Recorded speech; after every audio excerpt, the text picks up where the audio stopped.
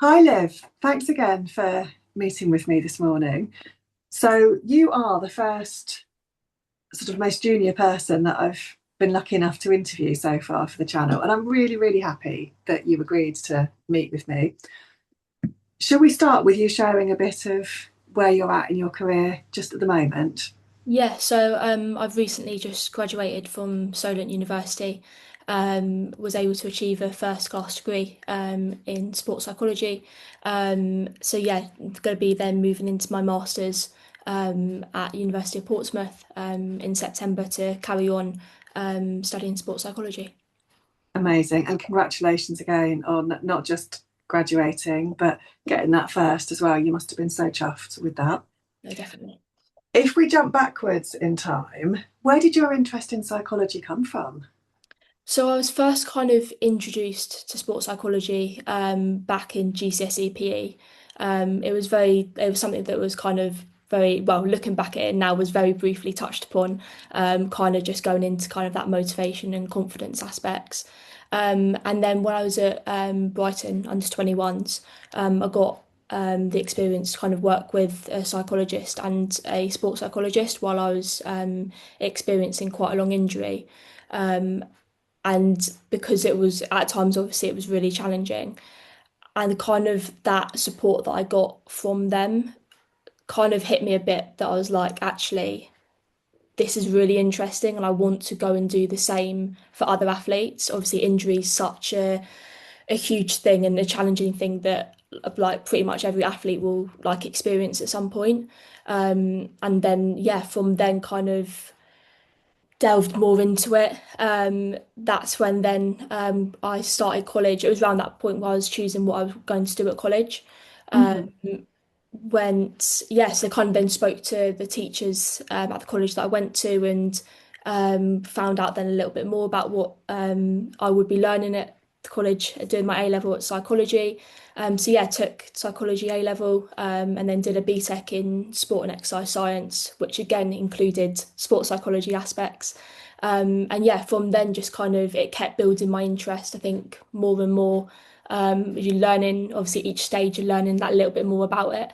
That's kind of how it started, really. And when you talk about being at Brighton, for everyone listening, that was being at the football club, Yes. Yeah, yeah. yeah, coming through the academy there. So yeah, having a long injury, which, like you say, is unfortunately such a common Yeah. experience in sport, isn't it? Mhm. Um, I love that sort of coming together of those two different areas of your life, the sort of the academic, your education, as well as reflecting on what you were doing in your sport. So then, yeah, coming into for college, it was psychology A level and the sports science. Yeah. Um, so it sounds like it would have been quite an easy choice to go on and study sports psychology. Was it easy? Were there other things that you Yeah. considered? I think it was, I think after I kind of had that, where it did really hit me that like this is actually really what I want to go into. I think from then I really focused on that being it. I Mm-hmm. had little, maybe like little other things like before that, but nothing that really kind of stood out for me that I was like, yeah, this is what I want to do. I think there was, well, for me, I kind of did feel that little bit of pressure that I did want to know what I was going to do. Kind of when you're going to college, I was like, you need to have kind of your future planned out. So maybe I was like, yeah, a little bit caught up in that. But yeah, once I kind of realized that that's what I kind of have a drive for, I think I've done then everything that I can to kind of make sure that that is what happens, basically. Yeah. And how did you choose which uni to go to? Well, football did play a part in it for me. It was something, obviously, then leaving the academy, it was something that I wanted to kind of keep playing to kind of the highest standard as possible that I could alongside university.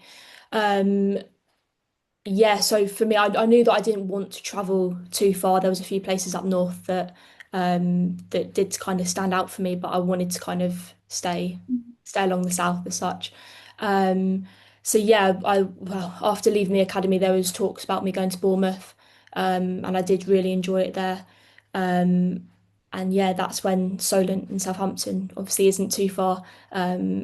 and yeah, it worked then obviously really well. The uni did stand out for me as well. I think kind of the modules that um, the course kind of provided, I think as well, sounded really good, really interesting. The facilities there were really good, so it kind of fell into place quite well. Yeah, nice. Because I think that must be so difficult. I know other people I've spoken to trying to line up uni with football. It's Yeah, not always easy, is it? no, no, Um,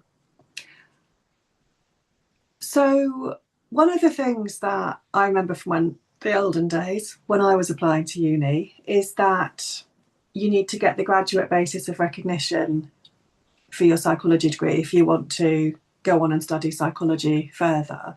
yeah, And sort of linked with that, the British Psychological Society they've kind of laid out a bit of a curriculum, haven't they, for what a psychology degree should look like. So there's a mixture of sort of compulsory modules and then optional modules that might be more varied from different universities. Um, was that sort of, were you looking at the modules when you were choosing where to go, or was that more once you were there, you kind of developed your interests? yeah. To be fair, they did actually change quite a bit from when I first applied to then. I think it was in my like end of my first year. It was something in my third year or end of second year that was then actually going to be changing, and it actually was a sports psychology module that was changing into just a core psychology one. But it was still good to obviously have that good. They still did have a good mixture of everything. Obviously, you did have to do obviously the core psychology modules, which yeah, obviously at times were for me found it a little bit hard to kind of keep that motivation when it wasn't purely sports psychology. There was one semester where we had all three modules being core psychology modules. And a lot of us on the sports psychology course did find that quite challenging. But it was just kind of then using obviously what you learn in the psychology modules and still being able to relate it into sports psychology because obviously it is all interlinked so much.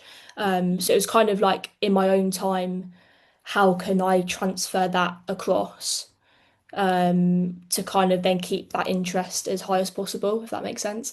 Um, Yeah, but yeah, and then the sports psychology modules I think were really interesting. They had kind of like the use of the facilities as well, being able to like use the eye tracking glasses to do like VR stuff, and we did even assignments on like the ECGs, the head caps. God, it's been a while now, hasn't it? But wearing like the head caps, and yeah, then the eye tracking and stuff. It was quite good to kind of get that practical aspect in there as well. yeah. Can you tell us a bit more about that?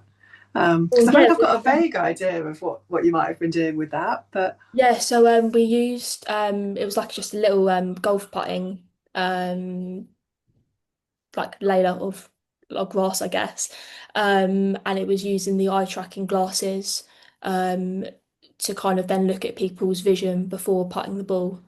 Um, I'm looking like trying to think back. I think it's called quiet eye, where obviously then you're focusing on that point before hitting the ball.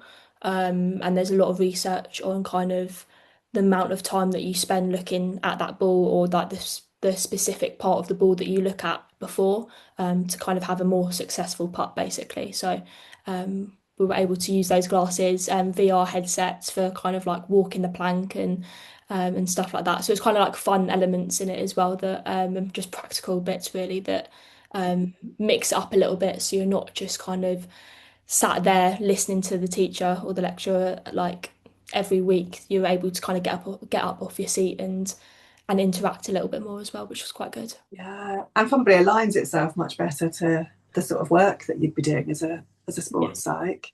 Yeah. Um, what what were some of the um, what were some of the other sort of sports psych modules? What kind of topics were you Um, covering? one of them that I got to translate quite a lot was mindfulness. We Hmm. touched base on it a bit in second year, but we got to kind of do a whole module on it in third year as like an optional one. And I think that was really interesting because I think a lot of people do have different opinions on it anyway, and a lot of people did in the class as well. So I think it kind of was able to have some really good conversations Mhm. around that. But how then you can kind of translate what you're learning into then sports psychology and what you then for like my work experience and stuff like that, if there's any bits that you can then think going forwards where you would implement it. I did find that like a really interesting module.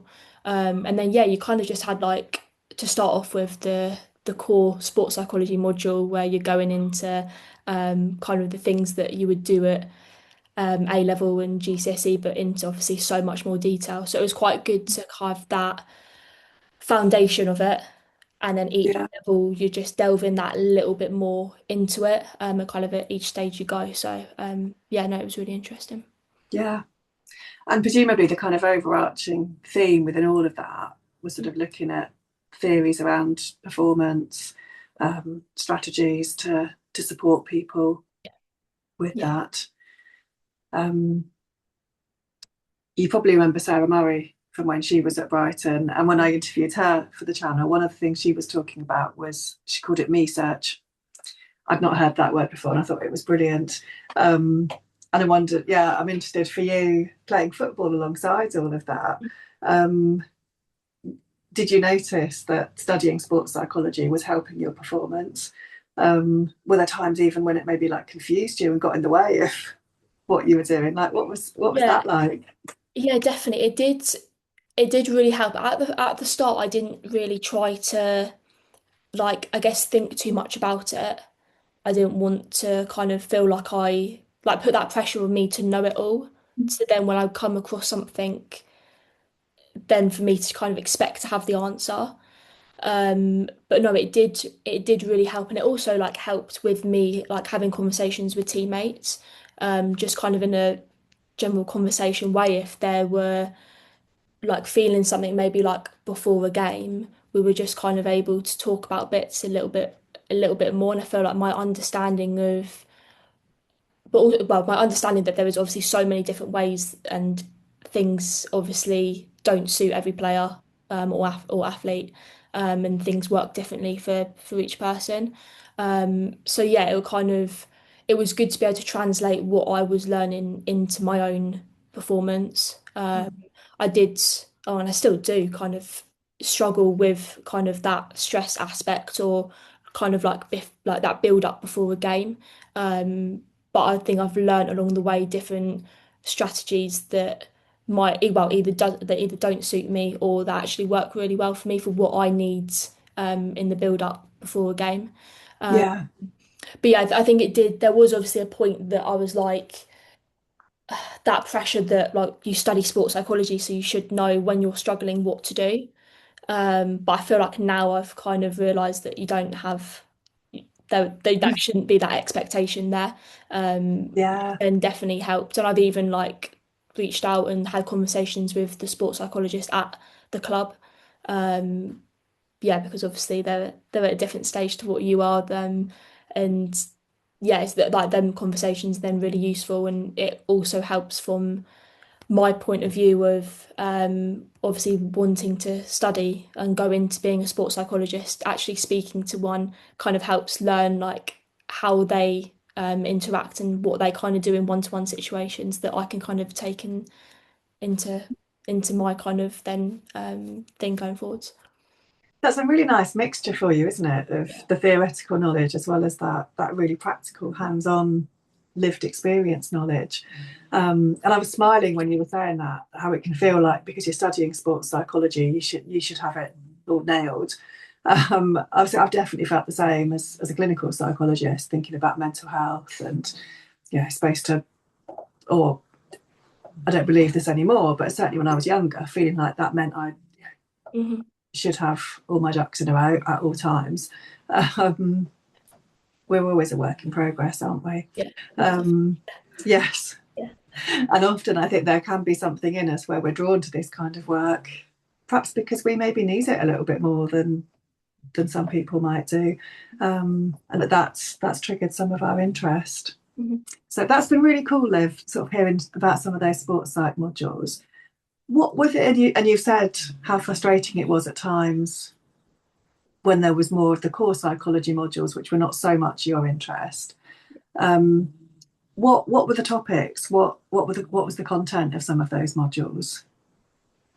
Um, I think probably, well, more of like, so the quantitative stuff, so kind of the stats and Mm. those modules that required us to carry out that research. I think I personally did find a little bit less enjoyable. I do enjoy the qualitative kind of the conversations, kind of that data side of it, because I enjoy engaging in those conversations with people, and I feel like you can find out quite a lot when you're having those interactions. Um, so yeah, kind of those modules that required that I did obviously find a little bit challenging. Um, and I think it was probably the ones that when we had those three core psychology modules in that semester, I think that probably didn't help. One of them was brain and behaviour, and I really enjoy learning about it. I think because alongside of that, when you've got two other core ones, it did just become quite a lot. And I did maybe focus a little bit too much on kind of translating that into sport as much as possible, that then I didn't solely focus on what I was actually maybe being taught and try to like give myself too much to try to understand. Um, so yeah, that was probably one that maybe challenged myself too much into it basically. Um, but yeah, apart from that, like the core ones were really interesting. It was when yeah, it was that understanding that you don't that it is good to have that just psychology based understanding. If you're just because you're studying sports psychology, it doesn't just have to be sports psychology that you're learning as such. Absolutely. And I was sitting here, I was really impressed by the fact that you were working so hard to make the links Mhm. with sport. And I was thinking, I'm not sure I had the awareness to do that at that stage. Um, and then you were saying, actually, there was a downside to that in that it made it, you gave yourself more work to do. Yeah. But is it, I do find myself, so for me, the cognitive psychology modules um, were one of the ones that I wasn't so interested in. And yet I do regularly find myself referring back to cognitive psychology because understanding some of those sort of perceptual biases, I think is really relevant to understanding some of the unhelpful negative thoughts that we can experience and some of the ways our attention can work against us.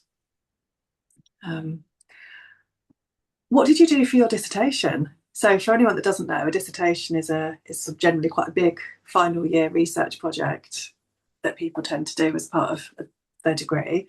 Um, and often it's an opportunity, isn't it, to study something. You know, you get a bit more choice what the subject area might be. So, yeah, what did you do? Yeah, so well, my dissertation title was exploring togetherness in a high performance military team using coaches and athletes experiences at a major tournament. So I got the opportunity to collect this data during my second year, which obviously doesn't happen very often. But because of the work experience that I was able to do with the British Army women's football team, every year they have it's called the Inter-Services, where they play the Navy and the RAF.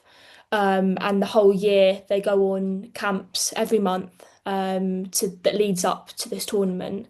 Um, so as the work experience, we kind of got myself and my supervisor, who's obviously a lecturer at Solent, we had this opportunity to provide psychology support to this team. And we kind of had the conversation that this tournament would be such an amazing opportunity to then go and collect data on. Um, Obviously, at this point, you're doing your second year, and at this point, we only had a month until the tournament actually was happening.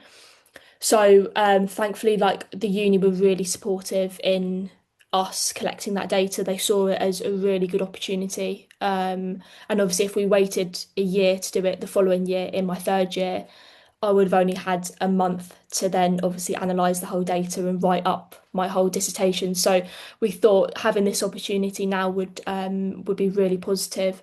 So yeah, they were really supportive. We had the month to crack down on my ethics, get that done in a week. Again, they were really supportive in getting that done. So yeah, I did the ethics in the week. And then yeah, we were able to collect the data. Was really good. Find togetherness like a really interesting topic. I think being in a team sport and playing football, I think it's been about 10 years now. Kind of always being surrounded by other people. I've been in teams that have got really high togetherness and not so great togetherness. So I think it's always been a topic that I've noticed differences in. So yeah, when researching into it, I thought it would be really interesting, and it's something that when we were working with that team throughout the year, togetherness was something that we were really kind of focused on making sure was really strong. Because with like the amount of research that shows like the benefits of having that strong togetherness, yeah, was really something that we focused on working with. So yeah, obviously saw it as a great opportunity to do that. And presumably, the British Army women's football team are a bit like a national football team. They're not like working together week in, week out, but are coming together for training camps, Yeah, and then kind of going back to their different bases, going back to their yeah. different kind of day jobs. Yeah, and that's why again it was really interesting because and we wanted to focus on that togetherness because they come together for a week every month, but then there's other tournaments that go on like in between that where they actually then play against each other.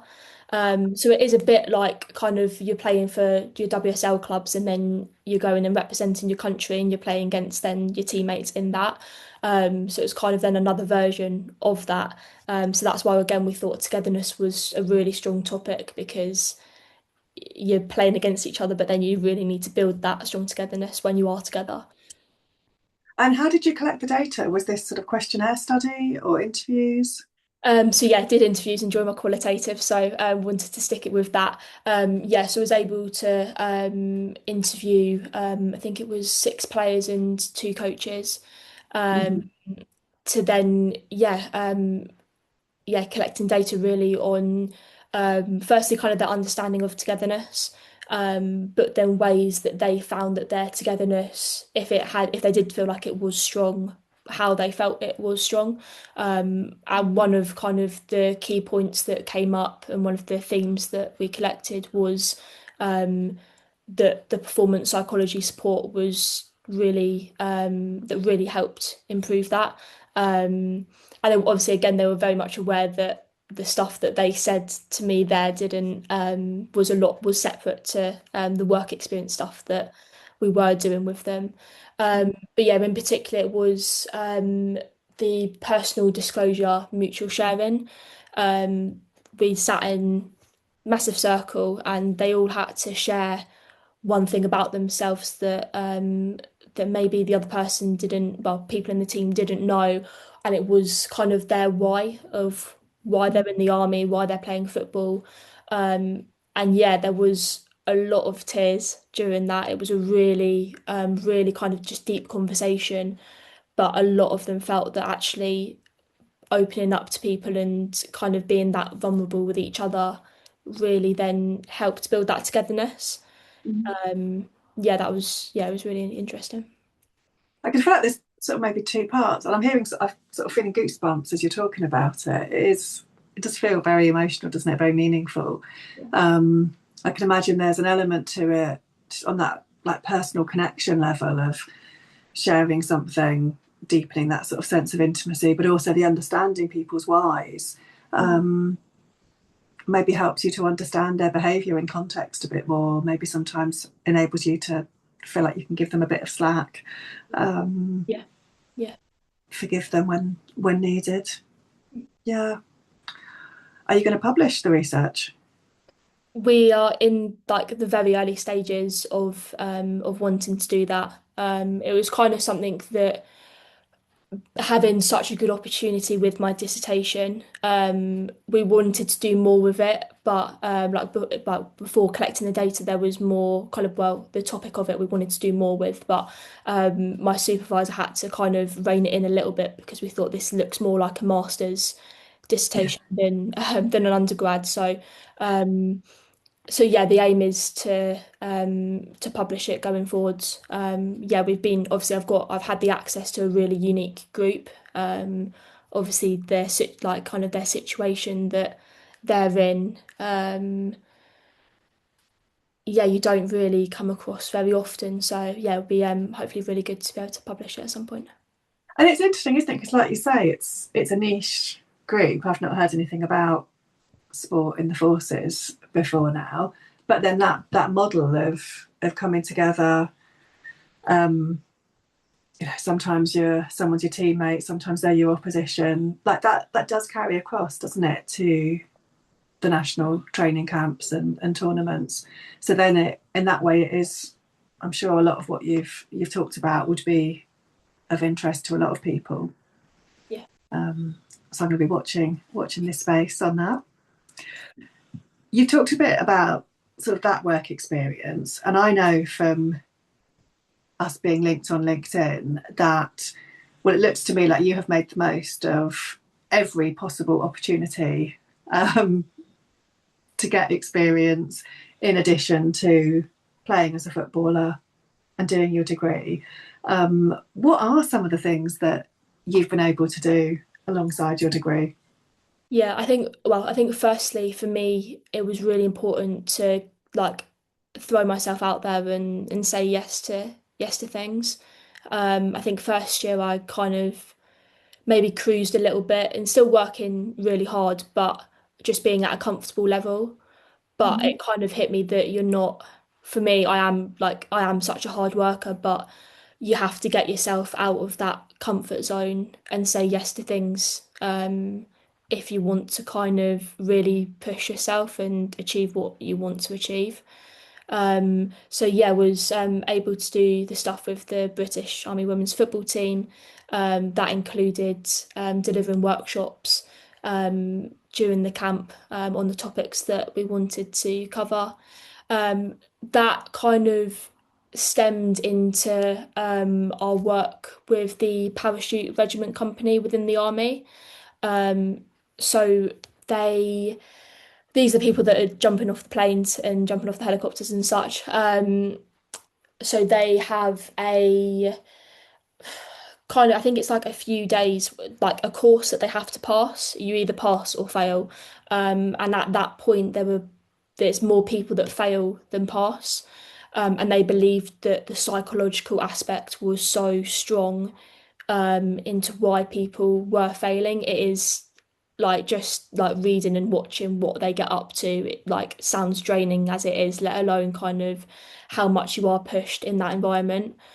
So again, we were able to work with some of the people that were then on that course. It was quite good being able to. Well, obviously they're not athletes. Well, as such, it's not a sports team that you're working with, but you're still able to translate things that you like would deliver to an athlete to obviously then these soldiers. So I think it was really good having that translation between them both. I was able to work with or go on work experience with this gym in Southampton. Some of our students were given the opportunity um, to each have an athlete that we were able to create a performance profile for.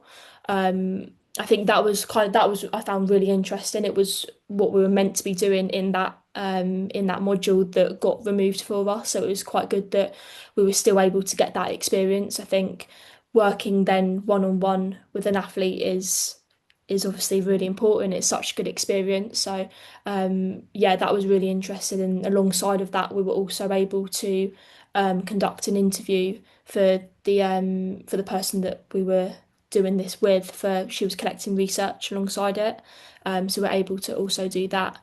And yeah, I just think like throwing myself at other things like college open days. I was able to kind of run the psychology like kind of course as such. We did things like the Blaze pods, used the VR headset, and like kind of did like more eye tracking stuff and vision kind of aspects. So yeah, just kind of gaining as much experience as possible, working with people from different ages. I think, yeah, just trying to throw myself at as much as possible so I'm able to translate what you are learning in the classroom to actually be able to apply that to an athlete. Mm. Yeah, it can feel quite separate, can't it? I remember during my clinical training, the number of times they'd be sort of quoting theory, practice, links.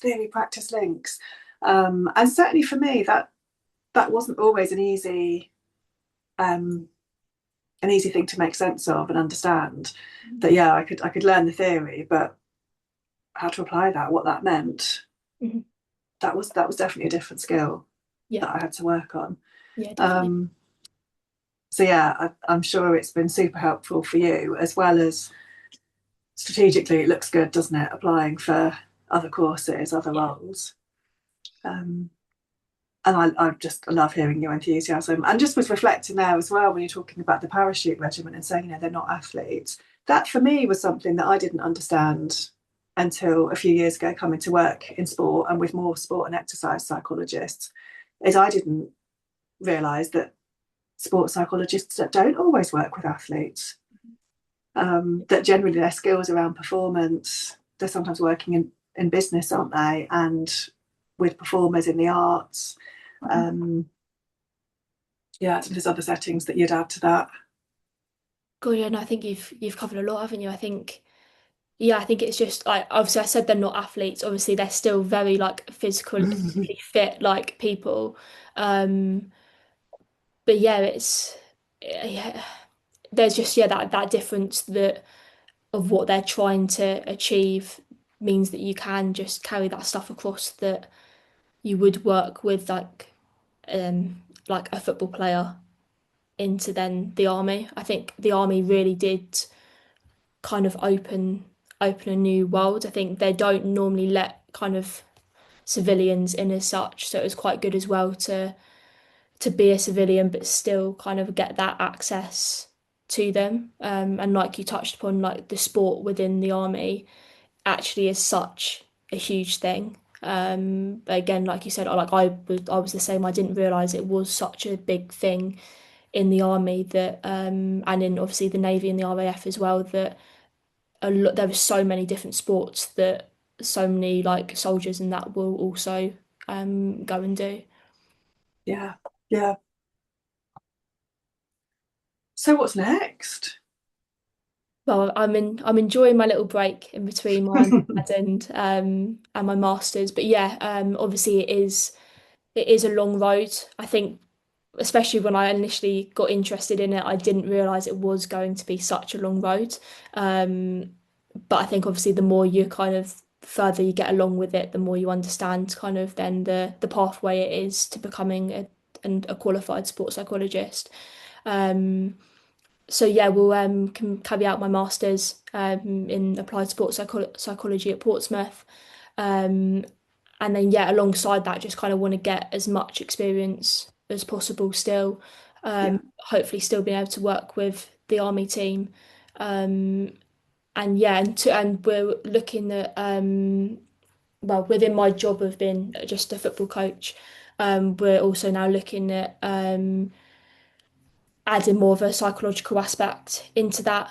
So again, with my supervisor, doing workshops with them, doing PDP or IDP, sorry, with the got to athlete. explain. I mean, for the audience. Individual development plans with the Okay. athlete. So again, kind of creating that performance profile with some of our clients, so they don't just kind of get that technical improvement. You are kind of getting that psychological aspects as well.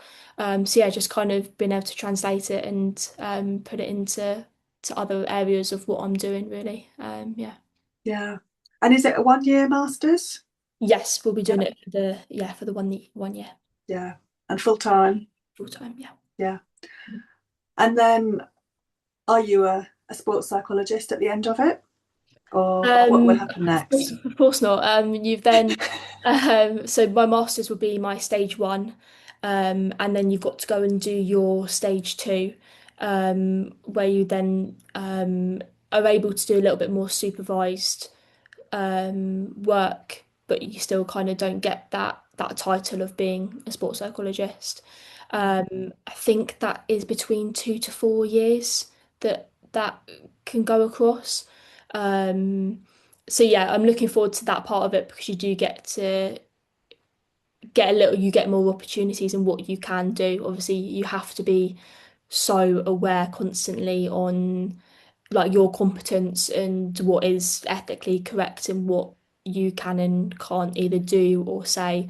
Um, so yeah, kind of constantly reflecting on that level of whether you are obviously staying competent and staying in with that. So yeah, we'll then complete my stage two. Um, pro Probably I am looking that I want to go and do my PhD going forwards in that as well. But obviously that's quite far ahead. So I know Yeah, that is something that I probably will want to go and do, but yeah, just focus on getting my master's done and building from that. yeah. And the PhD, would that be kind of more research? Yes, Yeah, yeah, PhD will be more research based. I know that Portsmouth, and one of the reasons why I have decided to go there is they are able to integrate your stage two with a PhD. Um, they also yeah. they have that opportunity. It's like obviously it isn't open to everyone, but there is I think there's 3 places in the UK um, that give like students that opportunity to mix the both together, and I think it is funded as well. So yeah, there's some good opportunities and exciting things that kind of you can push yourself towards going forwards. Yeah. Oh, and I'm enjoying watching as you go through all of this. Um, what has surprised you um, about your journey so far? If you were talking sort of perhaps, yeah, 16, 17-year-old Liv, who was, just beginning to develop this interest, um, what would she be most surprised by? I think firstly surprised in myself and kind of the opportunities that I can give myself. I think when I was at that age that I knew what I wanted to get into, I was probably a little bit more reserved, not as confident in speaking to people, and just pushing myself, but kind of maybe not as much out of my comfort zone as what I knew that Mm, I could go and do. So I think firstly that like I have surprised myself and when you do push yourself out your comfort zone, there is so much that you kind of can achieve.